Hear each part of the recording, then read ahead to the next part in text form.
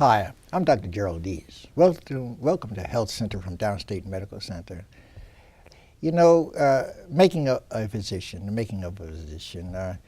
people look at just years, how many years it takes, but it's a lifetime of learning. Once you say you're going to cross that foot over that threshold of medicine, I remember our medallion at Downstate Medical Center stated, "Become all you're capable of being." And let me tell you that you're capable of being by studying, conferences.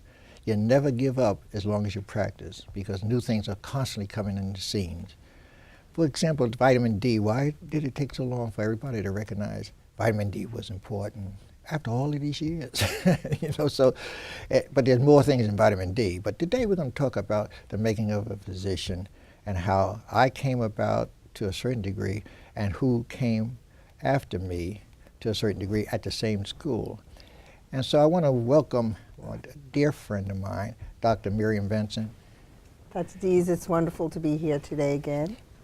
Head of family practice. Dr. Benson, family practice, that's a big thing. You know, when I was at medical school, we didn't have family practice at Downstate here.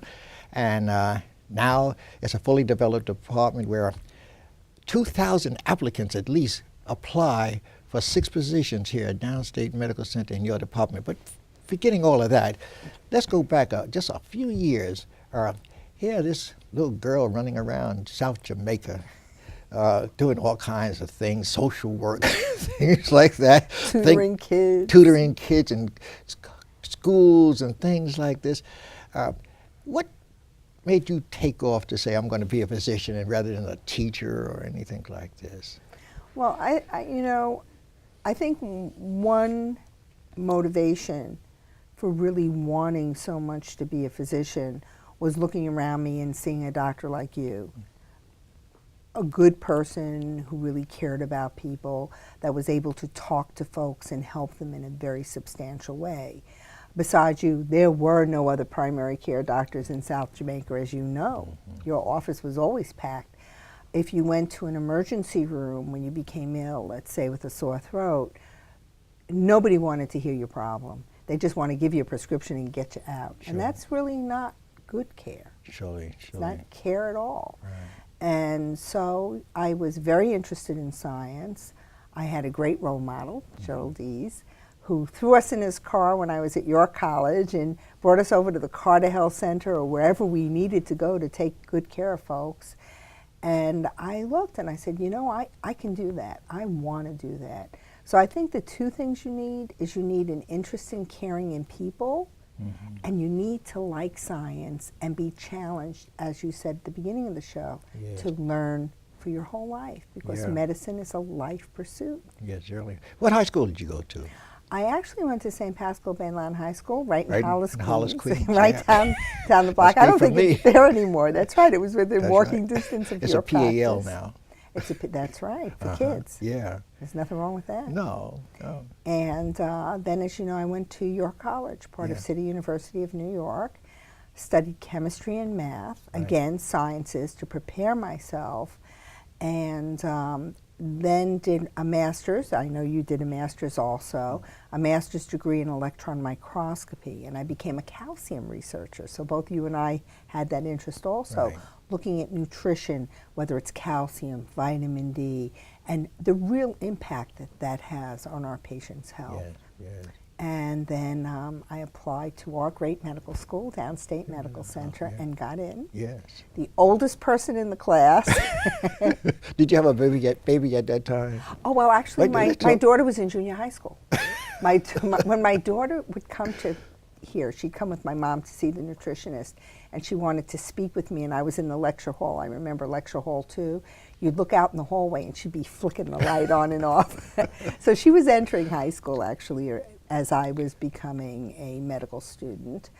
And when I did my residency, she was entering college.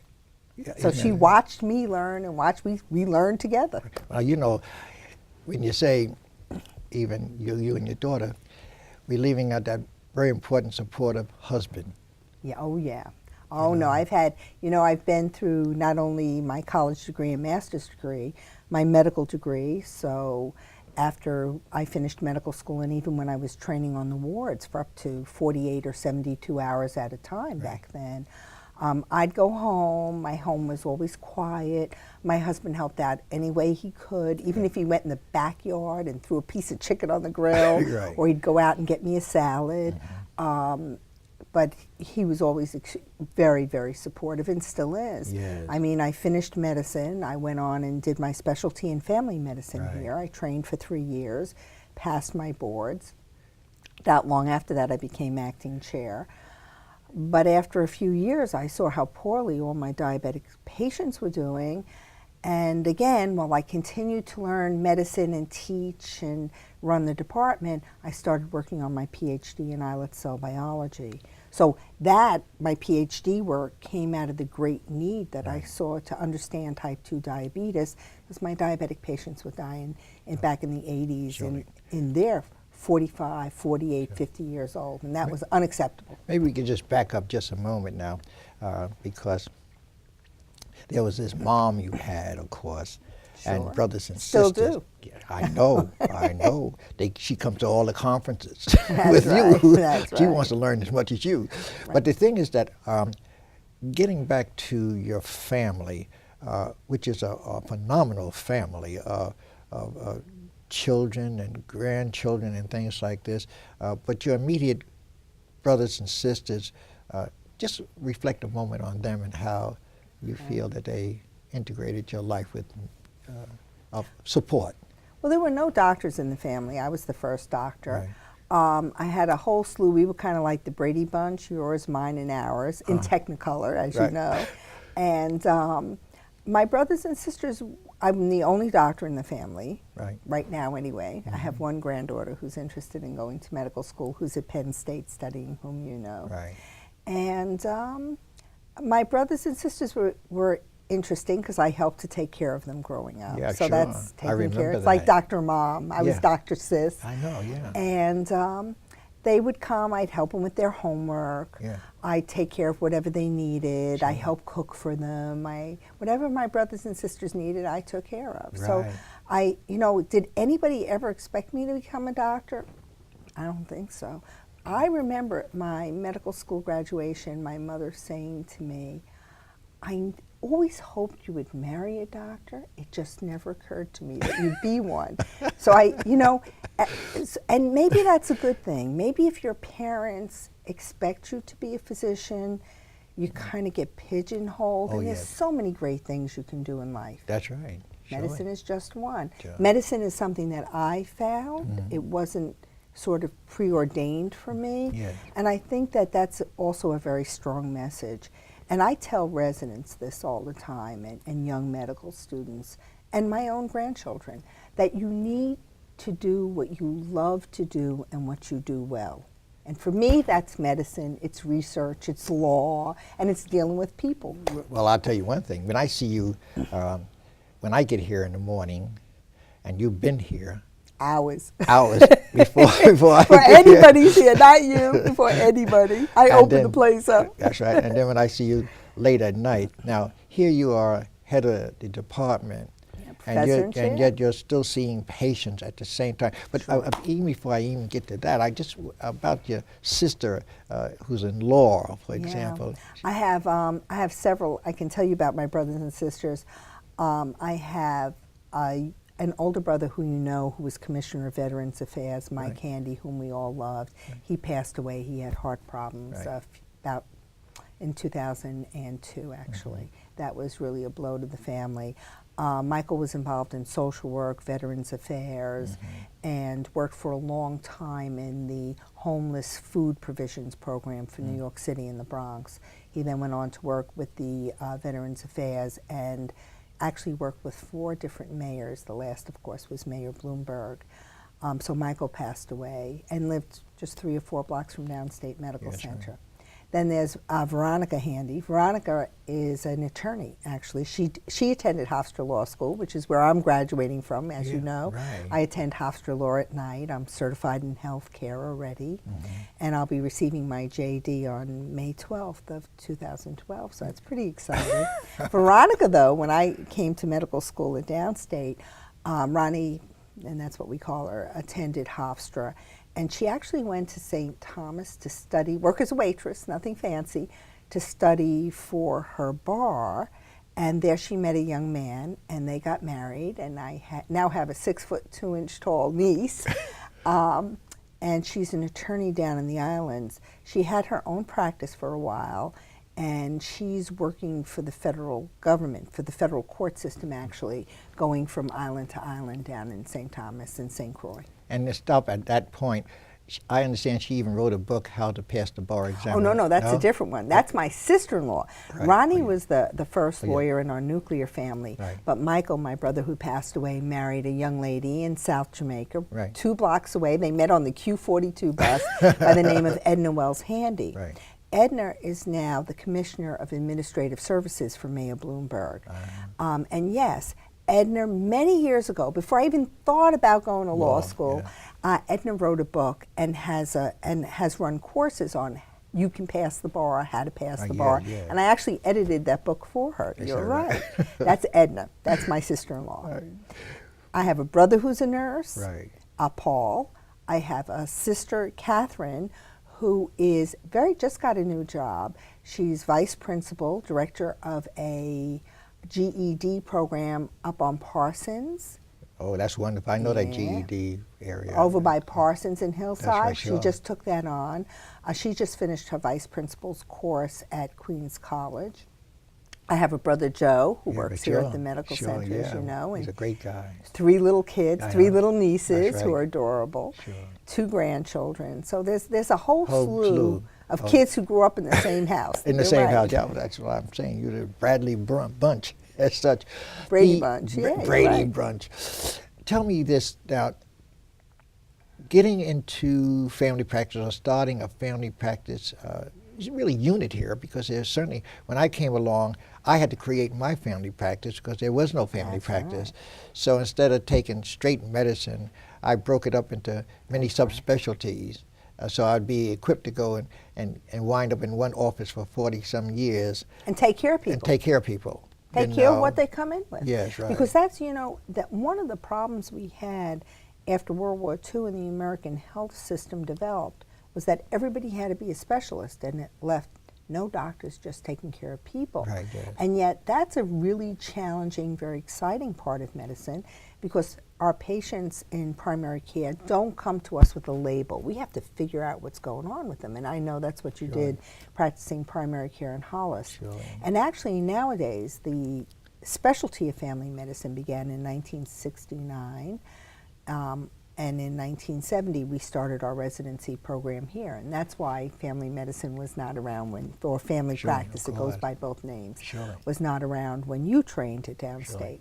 But I was more fortunate, I had it here. The RRC, which is a residency review committee, actually, surprisingly, puts out a curriculum. So the things that you have to rotate, get experience and learn from as you take care of patients. And it surprisingly looked like what you chose. We do some GYN, some peds, some OB, inpatient, outpatient. Yes, right. Certainly a lot of psychiatry, counseling, and then a lot of general medicine.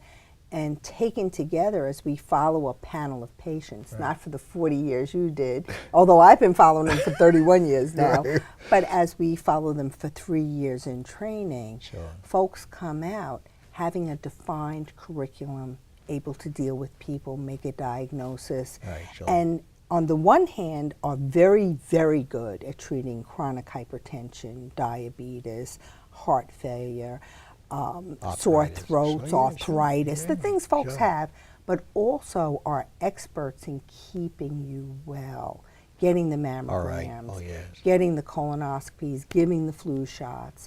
Family medicine won the flu vaccine award for the hospital. Well, we should, because when we give those vaccines, we're keeping people from becoming ill secondary to the flu, perhaps even dying, especially young people. And we're keeping folks to be as healthy as they can, helping with diet, nutrition advice, helping people get the vaccinations they need, as well as the preventive care that will help keep them well And if they develop any problems, Surely. we'll catch them early when we can cure them. Surely. Well, you know, one thing I have been fighting for a long time here, even at Downstate, is a house call service. Oh, yeah. You know, because house calls. We have home visits in family medicine. Right. Yes, I understand Yeah. that. You know, but I'm just saying that the Yeah. average physician who are trained do not learn how to make a house call and the That's significance of a house call. Oh, patients, you know, in general, I still go to patients' homes, and patients do. love when you go because it's a sign that you really care. Yes. Sometimes people are elderly and they can't get out. Surely. Sometimes, you know, there's so much happening that the patients don't even know where to start. Right. And your showing up has a lot of messages. You can see a patient in a whole new light, the environment that they're in. That's right. But it sends, I think, the most powerful message of all: I'm your doctor and I care about you. That's a powerful statement. I'm your doctor. You That's know, right. and you can call me at any time. You That's know, and right. things like that. I remember getting up so many times, 3 o'clock in the morning, and smelling the chill air of night. The you know, fog, the fog, the mist. I know. That's how I come to work in the morning. Right. And you know, it's a different kind of thing when you get into that patient's house and things are going on that are disruptive to the whole house, you know. And then you start, when you go into the home, you start treating not only the patient but the whole house. Whole family. Family and the atmosphere, that because oftentimes you might not see a gas stove that's working or a refrigerator that's going out. No heat. No heat. No hot water. No hot water. And so a patient coming into your office might be all powdered up and looking They look good, great, look and great. you can't tell. You can't tell what they're going through, that right. stress, That's right. which is part of the whole thing. You know, you meet their children or their family there that might be stressing them out. Oftentimes I've had to hospitalize people just from the look of their eyes that they weren't getting care. And they needed to get out of that house, and I would say, well, to the family, And get a I think, safe environment. Yes, right. I have to get you into the hospital now to make sure you're taken care of. You know, and I had the power to do that. All I had to do is call my hospital at that time, Jamaica Hospital.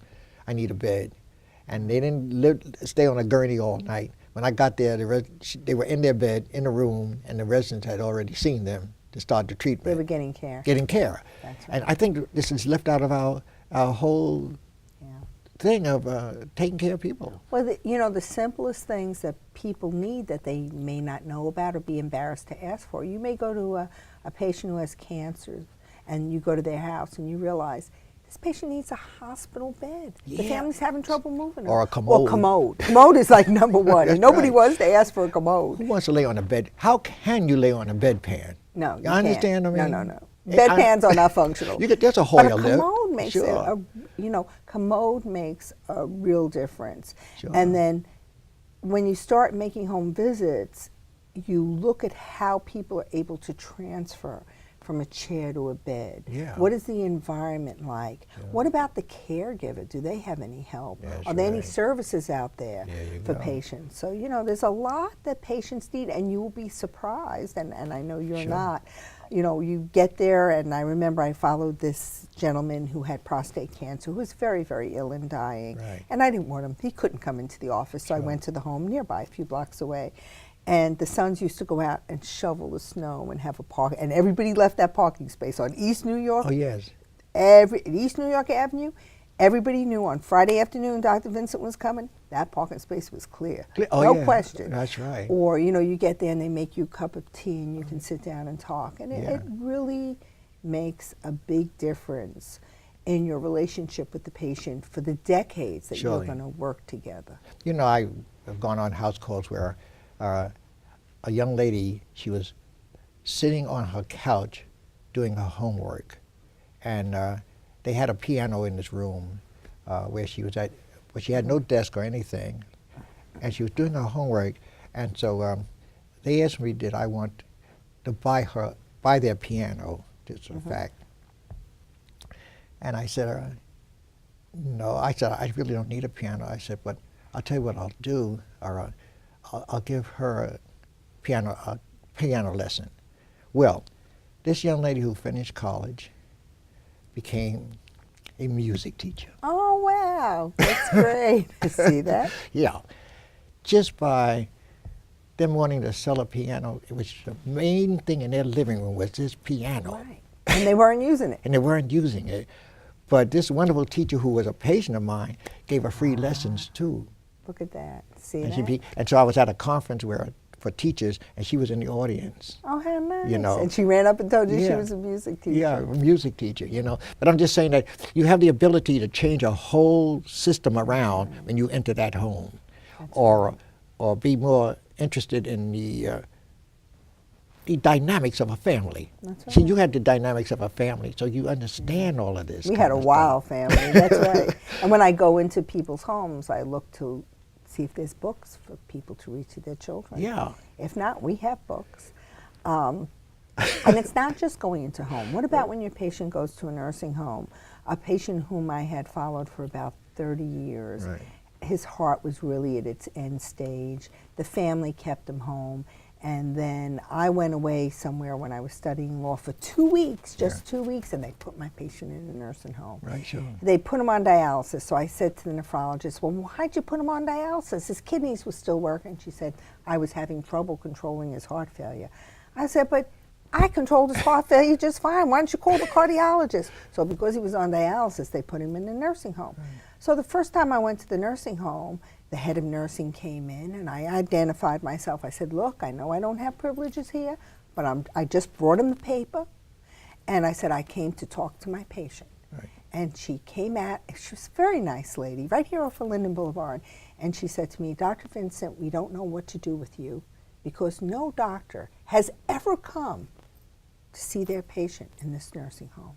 That's sad. Yeah, I mean, somebody I took care of for 30 years. Well, you know, I made a house call one time, and after I finished, the lady said, or after I finished examining her and everything, she said, and I was getting ready to leave, she said, Doctor, loan me $10. I said, and then she said, and don't say you don't have it. You know? So I reached into my pocket. I only had a $20 bill. I pulled out. She said, "I'll take that." You had. Well, maybe No. she needed money for food. That's right. Well, what happened? She said, "Come back next week. I'll pay you back." So I come back next week. She said, "You know, Dr. Deas, that extra $10, I played a number and hit." Oh, no wonder she had no money. Poor lady. Yeah, and she said, "Here's your $10. Here's your fee." And she said, "Go open that closet and take yourself a bottle of sangria." Oh, no. So I'm leaving now with a black bag and a bottle of sangria coming out of her house. I hope she was putting some fruit in it at least. Well, this same lady was a barmaid and a cook in the Berry Brothers in Fulton Street. So she told me one time she was cooking cabbage on the stove in the bar, and the police raided the bar, and as the number runners ran through there, they threw the money into her cabbage, and she kept stirring. You know? So when the cops found them, they had no numbers, they had no money, so they couldn't arrest them, you know, but the money was in the pot. That's right. And she said, I dared them to come back and get it. That was her money. That was her money. They had no chance. She said she dried out that $10, $20 in numbers, dried it out. It was kind of a wrinkle, but she could spend it all, you know. Probably saved some thousands. That's right. But these are the experiences, human experiences that we all have when we enter a patient's inner life. You know. That's it. And you want to enter their life, you enter their home. I took care of an elderly gentleman. He was about 95 years old, right off of Fulton Street. And I went over there. He also, you know, toward the end of life, your heart gets a bit stiff. And I remember him telling us a story about how he was down and out in Massachusetts, wondering how he was going to make it. And, you know, he was an old man.